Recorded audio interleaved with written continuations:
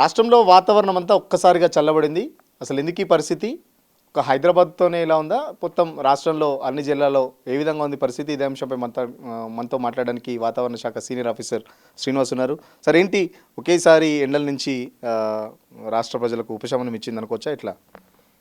మనకి ఇది రాష్ట్ర వ్యాప్తంగానే కాకుండా ఇంచుమించు చాలా రాష్ట్రాల్లో ఉత్తరాది రాష్ట్రాలు, ఢిల్లీ ప్రాంతము, నార్త్ ఇండియా, ఈశాన్య భారతదేశం, అలాగే మన ఎడ్జసెంట్ ఆంధ్రప్రదేశ్ వీటన్నిటిలో కూడా వచ్చే 4-5 రోజులు వర్షాలు ఉన్నాయండి.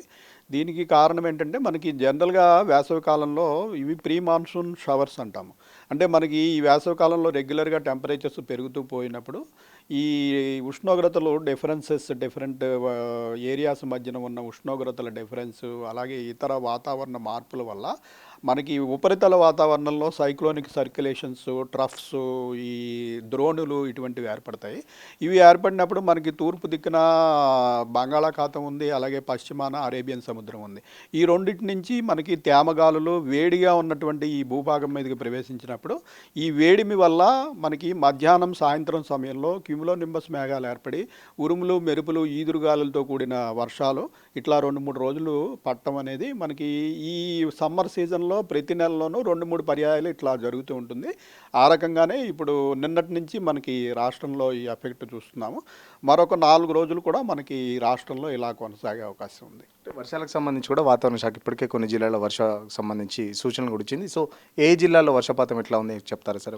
మనకి ఈ రోజు చూసినట్టయితే మనకి నార్త్ తెలంగాణలోని ఆదిలాబాద్, కొమరంభీం, మంచిర్యాల, పెద్దపల్లి, జయశంకర్ భూపాలపల్లి, ములుగు, ఇటు భద్రాద్రి కొత్తగూడెం, అలాగే పశ్చిమాన చూసుకున్నట్టయితే నిర్మల్, నిజామాబాదు, కామారెడ్డి, మెదక్, సంగారెడ్డి, వికారాబాదు, మన సిటీలోని 3 జిల్లాల్లో కూడా అక్కడక్కడ ఈరోజు ఉరుములు మెరుపులతో కూడిన జల్లులు పడే అవకాశం ఉంది.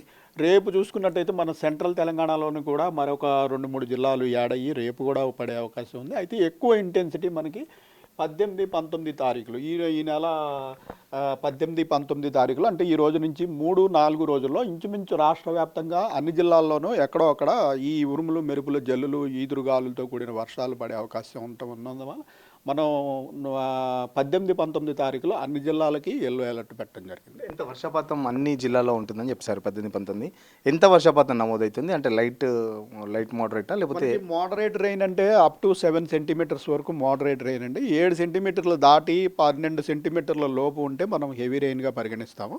ప్రస్తుతం మనకి అన్ని జిల్లాల్లోనూ ఇంచుమించుగా 5-7 సెంటీమీటర్ల వరకే వర్షపాతం ఉండే అవకాశం ఉందని ఎల్లో అలర్ట్ పెట్టడం జరిగింది.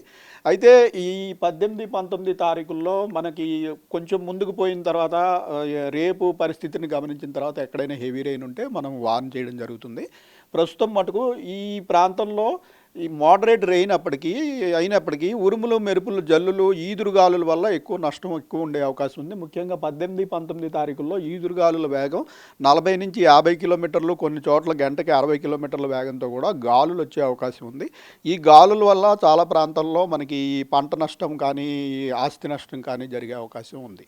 సో హైదరాబాద్ పరిస్థితి వస్తే ఎట్లా ఉంది? జిల్లాల పరిస్థితి పక్కన పెడితే పర్టికులర్గా హైదరాబాద్ సిచ్యువేషన్ అంటే 18th 19th వరకు ఇదే సిచ్యువేషన్ ఉంటుంది. ఎందుకంటే రాత్రి అయితే చాలా చల్లబడిన వాతావరణం, మధ్యాహ్నం కాస్త ఉక్కపోతలు అయితే తగ్గట్లేని పరిస్థితి.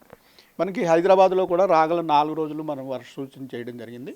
అయితే ఈరోజు లైట్ రెయిన్, మోడరేట్ రెయిన్ ఎక్కువగా రంగారెడ్డి జిల్లాల్లో ఒక 3-4 చోట్ల, మిగిలిన హైదరాబాదు, మేడ్చల్, మల్కాజ్గిరిలో 1-2 చోట్ల పడే అవకాశం ఉంది. రేపు కొంచెం 3 జిల్లాల్లోనూ కూడా అక్కడక్కడ ఉరుములు మెరుపులు జల్లులకు అవకాశం ఉంది. 18-19 తారీఖుల్లో మనకి 3 జిల్లాల్లోనూ కూడా ఒక మాదిరి వర్షం, మోడరేట్ రెయిన్ అప్ టు 5-7 సెంటీమీటర్లు వివిధ ప్రాంతాల్లో సిటీలో కూడా పడే అవకాశం ఉంది. ఈ వర్షాల వల్ల మనకి గత వారం 40 డిగ్రీల వరకు చేరిన టెంపరేచర్లు గ్రాడ్యువల్గా నిన్నటి నుంచి తగ్గడం ప్రారంభమైంది. నిన్నటికి రాష్ట్ర వ్యాప్తంగా 1-2 డిగ్రీలు తగ్గాయి. ఈ రాగల 5 రోజుల్లో మరొక 2-5 డిగ్రీలు టెంపరేచర్లు అనేవి అన్ని చోట్ల తగ్గే అవకాశం ఉంది. సో 18-19 వరకు వర్షాలు ఉన్నాయని చెప్తున్నారు. 18-19 తర్వాత మళ్ళీ ఎట్లా ఉండబోతుంది? ఎండ ఏమైనా పెరిగే ఛాన్సెస్ ఉందా? ఉష్ణోగ్రతలు ఏ విధంగా పెరుగుతాయి మన అంచనా వేశారా? మనకి 18, 19 తారీఖులు ఇంటెన్సిటీ ఎక్కువ ఉన్న తర్వాత 19వ తారీఖు కొద్దిగా మళ్ళీ గ్రాడ్యువల్గా ఇంటెన్సిటీ తగ్గిపోయే అవకాశం ఉంది. 21, 22 తారీఖుల నుంచి మళ్ళీ మనకి ఉష్ణోగ్రతలు పెరగడం స్టార్ట్ అవుతుంది. లాస్ట్ ఇయర్ కూడా అంటే ప్రతి సమ్మర్లో ఇలా సాధారణంగా జరుగుతుందా? ఇట్లా ఏమైనా స్పెషల్ రీజన్స్ ఏమన్నా ఉంటాయి? ఇట్లా ఏం చెప్తారు? ప్రతి సమ్మర్లోనూ కూడా ఈ సమ్మర్ మంత్స్లో మనకి ఇక 2 నుంచి 3 పర్యాయాలు ఈ రకమైన థండర్ షవర్స్ వస్తుంటాయి.